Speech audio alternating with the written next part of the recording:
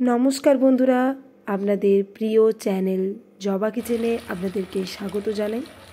প্রতিদিনের মতন আজও চলে এসেছি নতুন একটি রেসিপি নিয়ে। আজকের রেসিপি লাউ চিংড়ি। চলুন বন্ধুরা, তাহলে রেসিপিটি দেখে নেওয়া যাক। প্রথমে আমি কড়াইয়ে তেল গরম করে নিয়েছি। এবার আগে থেকে আমি চিংড়ি মাছগুলোকে ভালোভাবে কেটে ধুয়ে পরিষ্কার করে রেখেছিলাম।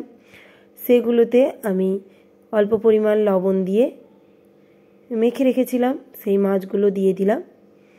মাছগুলো দেওয়ার পরে আমি দিয়ে দিলাম কিছুটা পরিমাণ হলুদের গুঁড়ো। আপনারা চাইলে আগে থেকে মাছের মধ্যে হলুদটা মাখিয়ে নিতে পারেন লবণের সাথে। দেখতেই পাচ্ছেন বন্ধুরা, আমার মাছগুলো ভাজা হয়ে গেছে। আমি মাছগুলোকে কড়াই থেকে তুলে নিলাম। এবার আমি ওর মধ্যে দিয়ে দিলাম আগে থেকে কেটে ধুয়ে রাখা আলুগুলোকে আমি একইভাবে ডিপ ফ্রাই করে নেব। দেখতেই পাচ্ছেন বন্ধুরা, আমার আলুগুলো ভাজা হয়ে গেছে। এবার ভালোভাবে তেল ঝরিয়ে আমি আলুগুলোকে তুলে নিচ্ছি। এবার ওই কড়াইয়ে আমি দিয়ে দেব ফোড়নের জন্য আমি এখানে ব্যবহার করছি 3টে তেজপাতা। তারপর দিয়ে দিলাম লবঙ্গ, দারচিনি এবং এলাচ। আমি এলাচের মুখটা ফেটিয়ে দিয়ে দিয়েছি। মশলাটা একটু ভাজা হয়ে গেলে আমি এর মধ্যে দিয়ে দিচ্ছি আগে থেকে কুচি করে রাখা পেঁয়াজ। এখানে আমি পেঁয়াজগুলোকে ঝুরি ঝুরি করে কেটে নিয়েছি। আপনারা চাইলে যেভাবে খুশি সেভাবে পেঁয়াজগুলোকে কুচি করে নিতে পারেন। তারপর দিয়ে দিলাম কিছুটা পরিমাণ কালো জিরে। আমি এখানে 5 ফোড়ন দিচ্ছি না, কারণ কালো জিরে দিলে এর স্বাদ অনেক গুণে বেড়ে যায়। তারপর আমি এর মধ্যে দিয়ে দিলাম কাশ্মীরি লঙ্কার গুঁড়ো। আপনারা এখানে এমনি লঙ্কার গুঁড়োও ব্যবহার করতে পারেন। আমি এখানে যাতে রান্নাটা একটু কালারফুল হয় তাই জন্য কাশ্মীরি লঙ্কার গুঁড়ো ব্যবহার করেছি।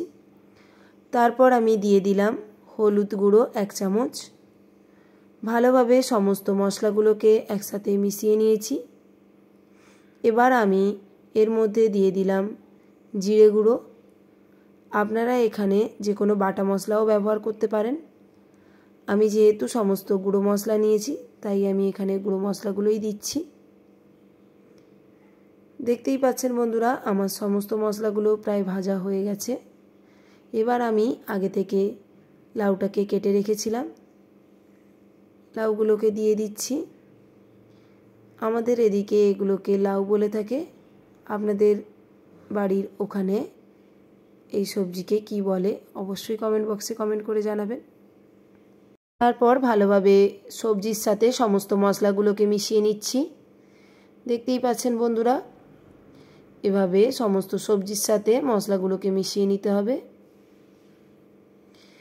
এই পর্যায়ে একটা ঢাকনা দিয়ে দিলাম, এতে সবজিটাও ভালোভাবে সেদ্ধ হয়ে যাবে। আমার সবজিটা সেদ্ধ হয়ে গেছে, সবজিটা থেকে জলটা ছেড়ে এসছে। এই পর্যায়ে উনুনের আঁচটা লো টু মিডিয়াম ফ্লেমে রাখতে হবে। দেখতেই পাচ্ছেন বন্ধুরা, আমি এভাবে লাউগুলোকে অর্ধেকটা সেদ্ধ করে নিয়েছি। এবার আমি আগে থেকে যে আলুগুলো ভেজে রেখেছিলাম এবার এর মধ্যে দিয়ে দিলাম। আবারও সমস্ত কিছু একসাথে মিশিয়ে নিচ্ছি। এবার ওপর থেকে একটা ঢাকনা দিয়ে দেব ভালোভাবে সেদ্ধ হয়ে যাওয়ার জন্য। 5-6 মিনিট বাদে আমি ঢাকনাটা খুলে নিয়েছি। আবারও ভালোভাবে নাড়াচাড়া করে ঢাকনা দিয়ে দেব যাতে ভালোভাবে সেদ্ধ হয়ে যায়।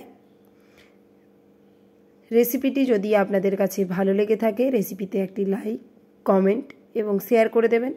আর আমার চ্যানেলে নতুন হয়ে থাকলে চ্যানেলটিকে সাবস্ক্রাইব করার অনুরোধ রইল। পাশে থাকা বেল আইকন প্রেস করে অল নোটিফিকেশান অন করে নেবেন আমার সমস্ত রেসিপি সবার আগে পাওয়ার জন্য। দেখতেই পাচ্ছেন বন্ধুরা, আমি 2-3 বার ঢাকনা দিয়ে ভালোভাবে সমস্ত সবজিটাকে সেদ্ধ করে নিয়েছি। এই পর্যায়ে আমি আগে থেকে যে চিংড়ি মাছগুলোকে ভেজে রেখেছিলাম চিংড়ি মাছগুলো দিয়ে দিলাম।